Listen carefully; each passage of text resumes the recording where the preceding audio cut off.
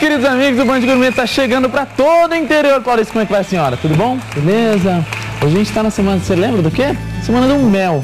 Semana do mel. E hoje eu vou fazer uma receita deliciosa de pão. Pão de quê? De mel. É, lógico, né? Mel, semana de mel. Faço cálculo, né? Pão de mel é o que a gente vai ter hoje aqui no Band Gourmet para ensinar para vocês. Um grande diferencial, aliás, o pão de mel que a gente conhece aqui no Brasil e tal, ele é uma iguaria muito, mas muito requisitada lá na França. Eu lembro que quando eu fui lá, o pessoal falava, na verdade o pão de mel lá chama-se pain d'épices, né, que é o pão de especiarias, porque eles utilizam cravo, canela, anis estrelado, diversas especiarias para deixar um pão de mel muito, mas muito carregado nesses sabores. É um pão apreciadíssimo lá na Europa e aqui geralmente não tem tanto valor agregado. É lógico que fazendo com uma receita certa, deixando ele bem fofinho, bem gostoso, bem recheado, como a gente vai fazer, que eu vou rechear ele com doce de leite, ameixa, um pouquinho de conhaque, então ele vai ficar bem saboroso, bem gostoso. Ele vai ter um gosto diferente e você vai poder apresentar ele para os seus amigos, para as suas amigas, vai poder vender, vai poder embolsar uma bufunfa aí, né? Às vezes a situação tá osso e sal grosso, não é assim que o pessoal fala?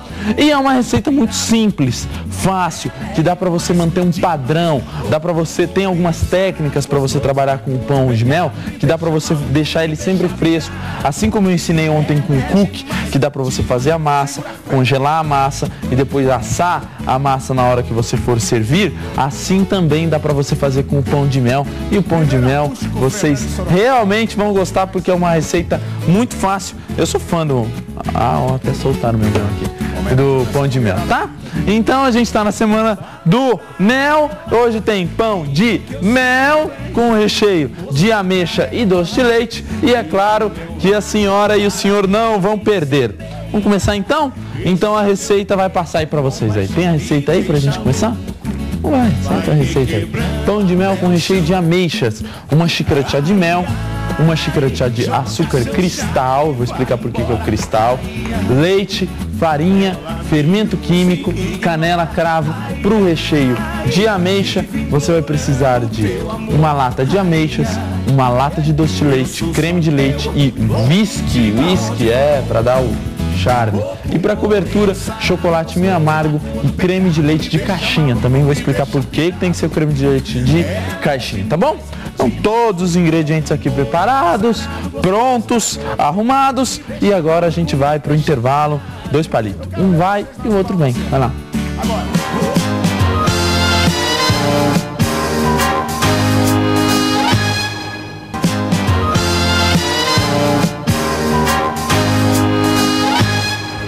Chegando com o Band Gourmet, galera, então vamos lá, vamos começar então a receita, que a gente já falou um pouquinho sobre ela, já falamos um pouquinho sobre o mel, e agora eu vou falar o seguinte, receita do pão de mel. Geralmente as donas de casa, eu vou começar pelo recheio, tá? Recheio. Geralmente as donas de casa, quando vão fazer aquele pão de mel delicioso, não estou falando que o seu pão de mel é ruim, dona Maria, calma lá. O que eu estou falando é o seguinte, geralmente o pessoal quando faz o pão de mel em casa, deixa o pão de mel puro com doce de leite. Aí ele compra aquele doce de leite que às vezes não é aquele doce de leite nota 10, nota 1000, porque o doce de leite nota 1000, ele geralmente é um pouquinho mais mole, aí ela compra aquele um pouquinho mais duro. Aquele um pouquinho mais duro, aliás, geralmente o pessoal engrossa ele com maisena, então ele não é firmeza totalmente. E acaba ficando muito doce, e acaba ficando enjoativo. Por isso que as pessoas têm uma relação de pão de mel aqui no Brasil diferente do que é na Europa.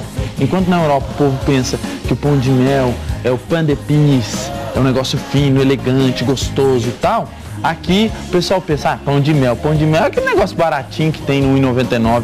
E não pode ser assim. O seu tem que ser diferente, tem que ser mais caro, tem que ser melhor.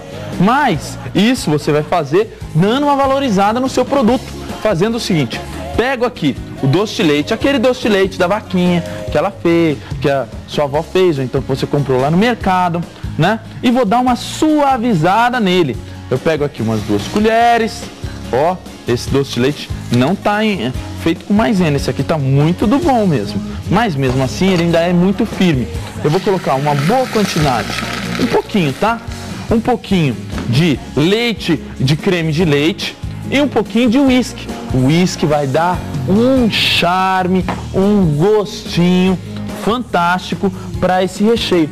Que, aliás, né, como todo mundo sabe, e brasileiro adora, brasileiro prudentino, então nem se conta. Aqui em Presidente Prudente, se você vai no lanche, você não come um lanche, você come o recheio do lanche. O povo faz aqueles negócios Big Master, Mega Master Blaster Brutus, totalmente cheio de tudo, né? E o povo gosta bastante de recheio. E aqui você também vai pôr bastante recheio no seu pão de mel. Só que você vai pôr um recheio fino. Eu pico aqui. Opa, caiu uma ameixa. Põe um pouquinho de ameixa. Ameixa aqui com leite, com doce de leite. E dou aquela misturada nisso tudo. Para que vire um bom creme. Olha aí que creme bonito, tá? Se você quiser até picar mais a ameixa, você pode picar, que a ameixa é um pouquinho maior, na hora que você comer o pão de mel, ele vai aparecer aí os pedacinhos da ameixa. Cadê um paninho pra gente passar aqui na mãozinha? E aí, agora a gente vai pra massa, a massa do pão de mel. Eu pego aqui, ó, deixo agora isso aqui levantar fervura e dar uma reduzida. O que é reduzir, Gabriel? É diminuir o seu tamanho. É lógico que você tem que ficar de olho para que ele não queime na parte de baixo da sua receita aqui, tá bom? Tomando cuidadinho aqui, um cuidadinho ali, você vai ter o melhor recheio para pão de mel que pode existir na face do universo visível aos nossos olhos, ó. Um poeta isso aqui, poeta. Coloca aqui os ovos e gema. Gema aí, japonês. Gema aí, Juliano. Não? O que você acha? Não? Tá bom, né? Beleza. Quer? Vamos gema. Bate aqui os ovos e gema até você ter uma coloração um pouco mais clarinha, tá? Enquanto ele vai derretendo ali os ovos com a gema, eu vou pegar um pouquinho de manteiga e vou derreter no micro-ondas para depois eu juntar com essa mistura. Por que você vai derreter a manteiga, Gabriel? Se eu colocar a manteiga em pasta como ela está aqui, a hora que eu misturar na massa, ela vai acabar ficando com alguns pedaços de manteiga separadas. Isso não é interessante, não. Então pego aqui a manteiga. E tem que ser manteiga, tá, gente? Manteiga sem sal ou com sal? Aqui, nesse caso, é interessante a manteiga sem sal. A diferença vai ser muito pouca, até porque você sabe quanto é mais ou menos, tá? Eu não vou falar exato, porque tem algumas que mudam, né? Algumas manteigas um pouquinho de menor qualidade, elas têm uma quantidade maior de sal. A quantidade de sal que geralmente tem nas manteigas que você compra aí é mais ou menos de 3 a 4%. Então é bem um pouquinho sal. É pouco, mas pode fazer diferença, tá? Então, se você não tiver, não vou fazer a receita porque eu só tenho manteiga com sal.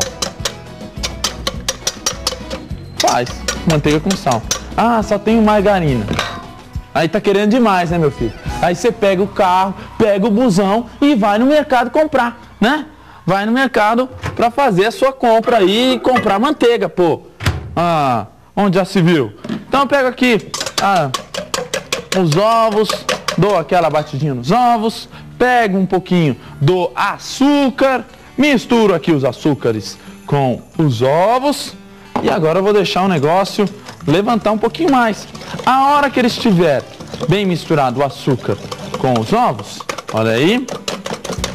Gabriel, pode fazer com açúcar mascavo? Aliás, uma das características do pain d'épices tradicional, lá francês, ele é feito com açúcar mascavo. Mas aqui, como a gente quer um pain d'épices bom também, a gente faz com açúcar tradicional. Mas se você tiver o açúcar mascavo, ele vai ficar também legal, ó. Coloquei o açúcar ajuda para que o ovo ganhe um pouquinho de aeração. Essa aeração é muito interessante porque você consegue dar o ar dentro do próprio aqui da batedeira, beleza? Batedeira, você tá vendo a batedeira, né? Aí eu pego aqui um pouquinho da manteiga, misturo com os ovos batidos juntos com o açúcar, tá? Só misturo, agora eu não preciso mais bater. A hora que eu misturei a manteiga, não precisa mais bater.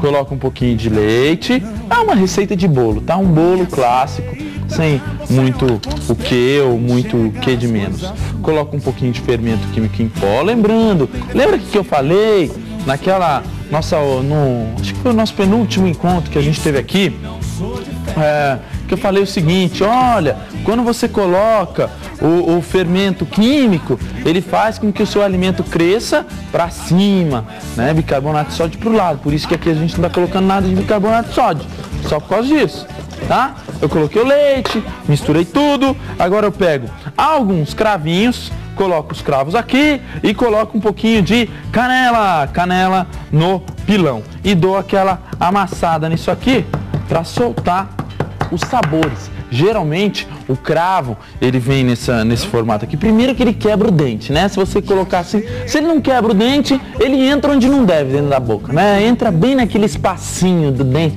Aí você fica tentando tirar, então não é legal. O cravo, o legal é que você meio que dê aquela soltada nele, até porque assim você consegue que os sabores dele soltem muito mais. Olha aí, ó. O cheiro disso aqui já começa a ficar delicioso. Se você tiver aí na sua casa um negócio que se chama anis estrelado, que é uma das bases para fazer diversas bebidas, dentre elas o absinto vem também do anis estrelado, pode utilizar o anis estrelado. Só tome cuidado, porque o anis estrelado não faz muito o gosto do brasileiro. O brasileiro tem um certo quê de contra o anis estrelado, porque ele tem um sabor um pouco adstringente.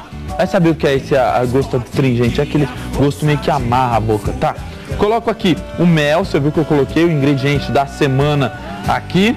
Coloco a canela e também o cravo, misturo tudo, a canela já vai dar uma cor aqui para a massa. E agora eu posso assar. É porque eu ainda não coloquei a farinha de trigo. Aí você vai colocar farinha de trigo, beleza? Farinha de trigo e mistura isso aqui até você ter um ponto de massa mesmo, tá? Não precisa muita coisa, vai colocando a farinha de trigo, vai misturando. Aí. E agora você tem uma massa que era o que a gente queria. Isso é uma massa de pão de mel. Como ela é uma massa que não contém, essa é outra diferença do pão de mel brasileiro para o pão de mel francês. O pão de mel francês, geralmente, ele é um pão feito com fermento biológico fresco. Então ele precisa de tempo para crescer. Esse aqui vai fermento químico. Fermento químico, ele precisa de calor. Essa massa aqui, você pode guardá-la na geladeira e ir utilizando conforme você quer.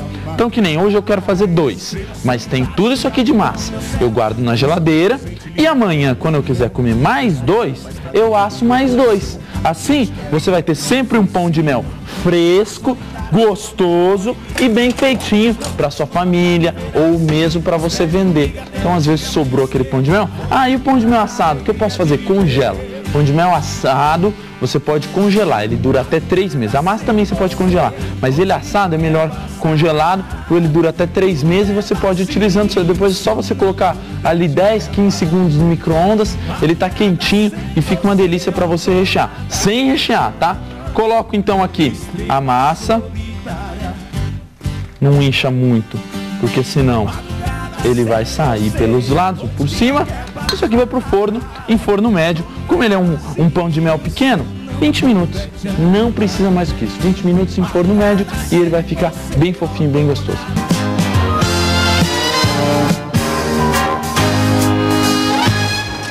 Eu já estou separando aqui minhas coisas para fazer a cobertura, aliás, do pão de mel. Lembrando que eu vou colocar esse pão de mel aqui para assar. Forno médio, mais ou menos de 10 a 15 minutos, não precisa mais que isso, até um pouquinho mais, acho que uns 25 minutos, 20, 25 minutos, né? Para ele ficar bem assadinho dentro, já que ele não é um petit gâteau. Aqui eu tenho um pouquinho de chocolate. O chocolate, gente, como eu já estou utilizando o doce de leite nessa receita, vamos pensar, se você utilizar o chocolate ao leite, ele vai acabar ficando muito doce. E aí, meu filho, haja água para botar para dentro para o negócio descer. Então, ele tem que ser suave, gente. Doce tem que ser suave, tem que ser leve.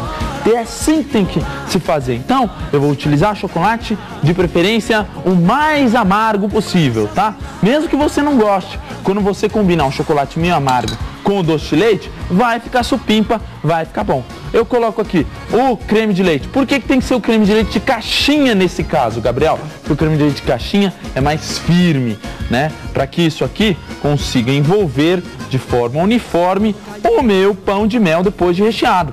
Enquanto eu vou derretendo isso aqui, existe um produto que é feito pelas abelhas também e que causa, muitas pessoas já estão estudando sobre esse produto e tem um senhorzinho, seu Tião, ele entende muito sobre ele, é a geleia real. Seu Tião, fala um pouquinho sobre o que você sabe sobre a geleia real.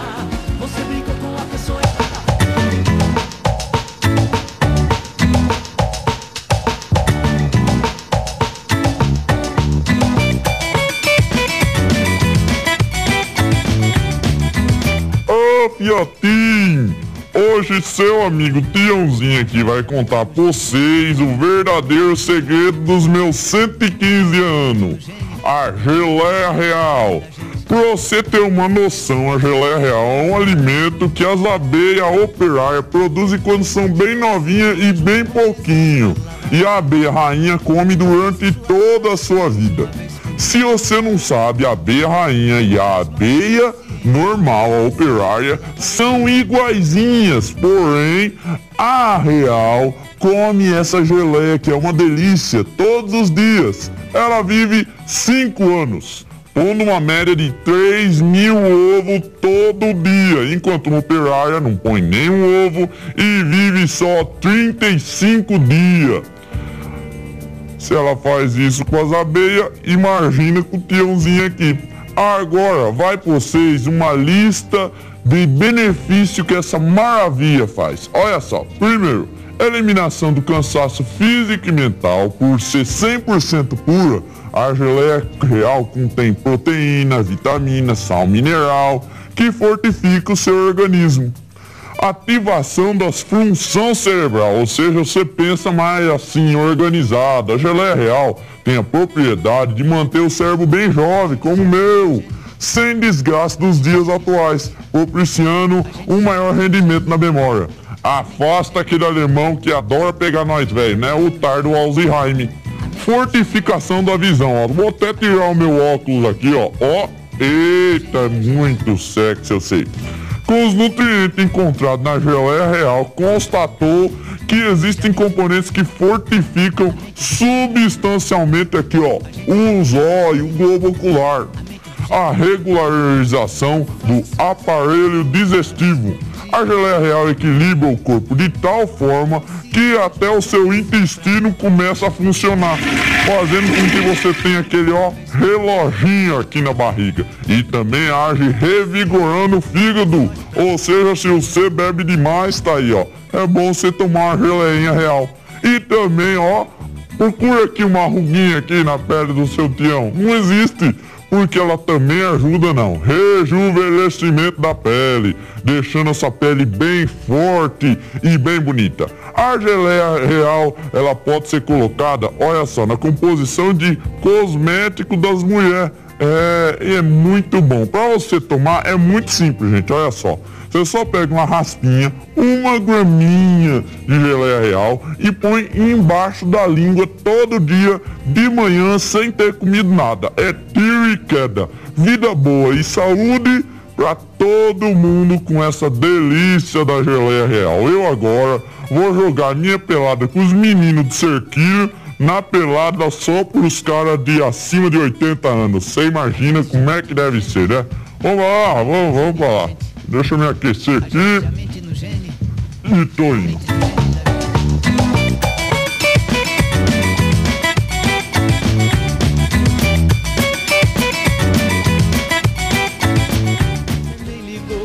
Aí deu pra você perceber o tanto de benefício que tem essa geleia real, que é mais um produto aí produzido pelas abelhas. Ó, gente, o pão de mel depois de assado ele vai ficar assim, bem bonito. Ele não fica um negócio altamente fofinho, né? Ele é um bolo, ele é um bolinho, lembrando, né? Ele não é um pão, ele é um bolinho.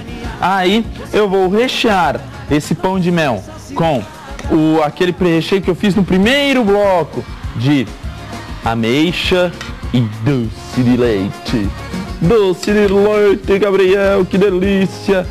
vai sofrendo Assim por aí. mata o papai. Mata o papai, mata o titio, mata a titia, mata todo mundo, meu filho. Olha que delícia. Isso aqui você vai cobrir.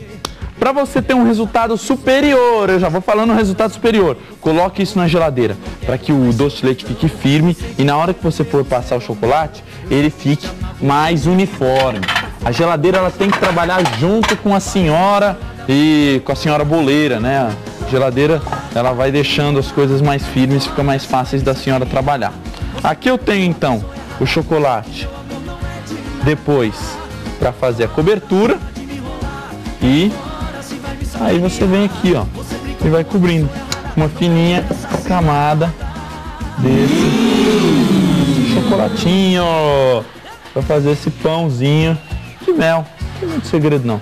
Se você deixar ele um pouquinho mais líquido, e isso aqui estiver firme, você pode banhar. Senão você pode simplesmente passar aqui assim, ó, e deixar o povo sofrendo. No caso, esse pão de mel aqui, eu vou servi-lo como uma sobremesa, tá? Olha aí que bonito. Tá? Galera, obrigado pela presença de vocês. Também quero. Vai seguindo no seu caminho com 30 minutos. 30 minutos de programa. Que beleza, né? Sempre quis isso aí. Amanhã... Rapaz, aqui tem cada coisa. Rosquinha de pinga com mel. Aí pinga com mel é a primeira cachaça que acho que 90% dos brasileiros tomaram seu primeiro porre. E agora vai todo mundo lembrar. Rosquinha de pinga com mel. É o que vamos ter amanhã no Band Gourmet. Obrigado pela presença de vocês, meus queridos amigos. Tá aqui o meu pão de mel e... Parou. Tchau. E perder a liderança que eu tenho entre elas. Pra me casar, tenho que escolher só uma. Sei lá se a gente acostuma o feijão com arroz em